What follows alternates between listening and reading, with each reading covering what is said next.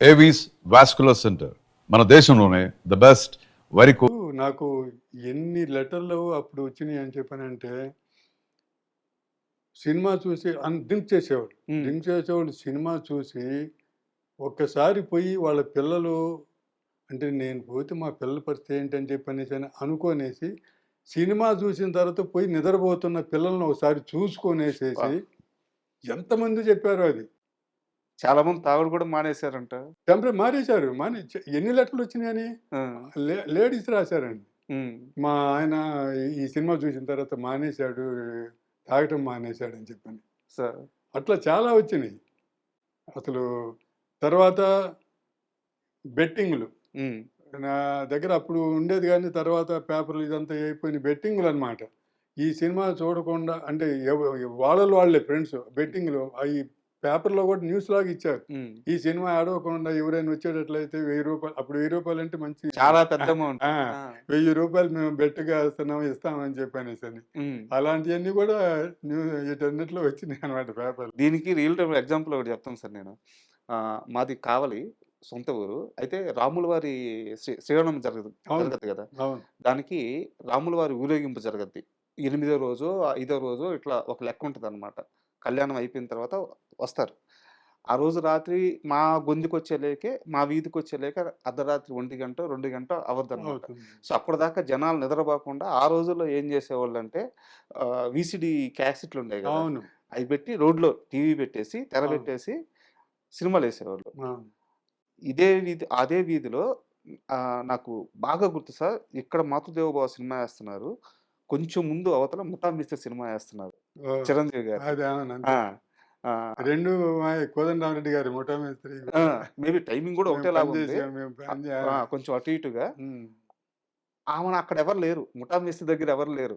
అందరూ వచ్చి మాతృదేవ దగ్గర కూర్చొని, చాలా చిన్న వయసు, చూస్తే రోడ్డు మీద బోని ఏడస్తా దొర్లుతున్నారు జనాలు.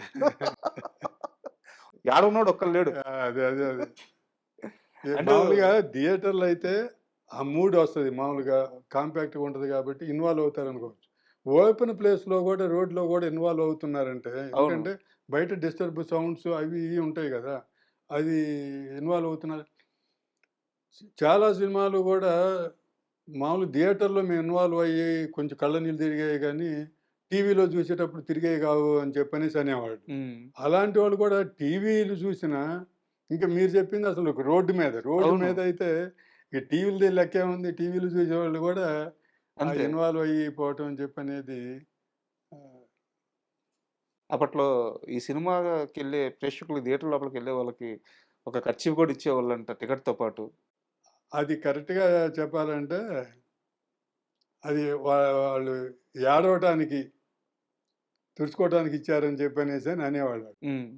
ఫస్ట్ మేము ఏడ్చాం, ఎందుకంటే సినిమా చూసి కాదు, రిలీజ్ అయిన తర్వాత రోజు దేవి థియేటర్ దగ్గరికి వెళ్ళేవాడిని. ఫ్రైడే 10% జనాలు లేరు, సాటర్డే లేరు 10%, అట్లా దానికి అటు ఇటే ఉన్నారు. 10% థియేటర్ ఆల్మోస్ట్ ఖాళీ, మొత్తం ఖాళీ కదా. 10% అంటే ఏముంటుంది. సరే సండే వెళ్ళాం, సండే పికప్ అవుతుంది అని చెప్పనేసి వెళ్తే ఏదో 11-12% అంతే. ఏంటి ఇంట్లో ఈ గౌరవం ఉంది అని చెప్పనేసి అనుకున్నాము. వాళ్ళు థియేటర్లు అడిగితే సండే రోజు చుట్టుపక్కల పాత సినిమాలు వేసిన థియేటర్లు కూడా ఫుల్ అయినాయి అన్ని పాత సినిమాలు. ఇది మాత్రం ఇట్లా ఉంది. తర్వాత మేము బయట ఉంచి ఒక ఆయన వస్తూ ఉంటే, సినిమా చూసి వస్తూ ఉంటే, ఎలా ఉందండి సినిమా అని నేను అడిగితే వీళ్ళ అమ్మాయి వీళ్ళ అక్క అని మొదలుపెట్టాడు. చెప్పి నేను షాక్ అయ్యాను, అనవసరంగా అడిగా ఏదని చెప్పాను సార్ అని. వీళ్ళ అమ్మాయి లేక ఈ గాలి నా కొడుకులందరూ బట్టలు తీసుకొని తీసుకొని ఎగరటం అలవాటు అయిపోయింది చూడటము. అసలు ఏమి సినిమా అండి ఇది, అసలు అద్భుతమైన సినిమా. కానీ ఈ రోజుల్లో ఈ జనాలందరికీ బట్టలు తీసి ఎగిరితే కానీ చేద్దని చెప్పి అట్లా ఫ్రస్ట్రేషన్ తోటి అలా అని అది దాని గురించి గొప్పగా చెప్పాడు. ఇలాంటి సినిమా అసలు లేదండి ఇదని చెప్పాను.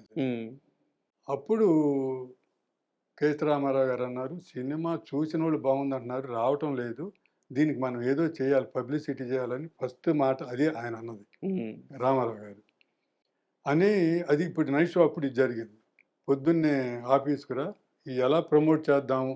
ఇప్పుడు ఇంకో ప్రొడ్యూసర్ అయితే ఏందంటే ఎత్తిపోతలు అయిపోయిందని తీసి భయపడేవాళ్ళు. వెళ్ళిపోతారు. హ్మ్. ఇంక మెలకువలు భయపడిపోయి అవును. వదిలేసేస్తారు.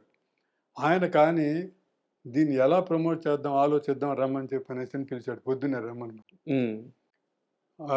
సోమవారం.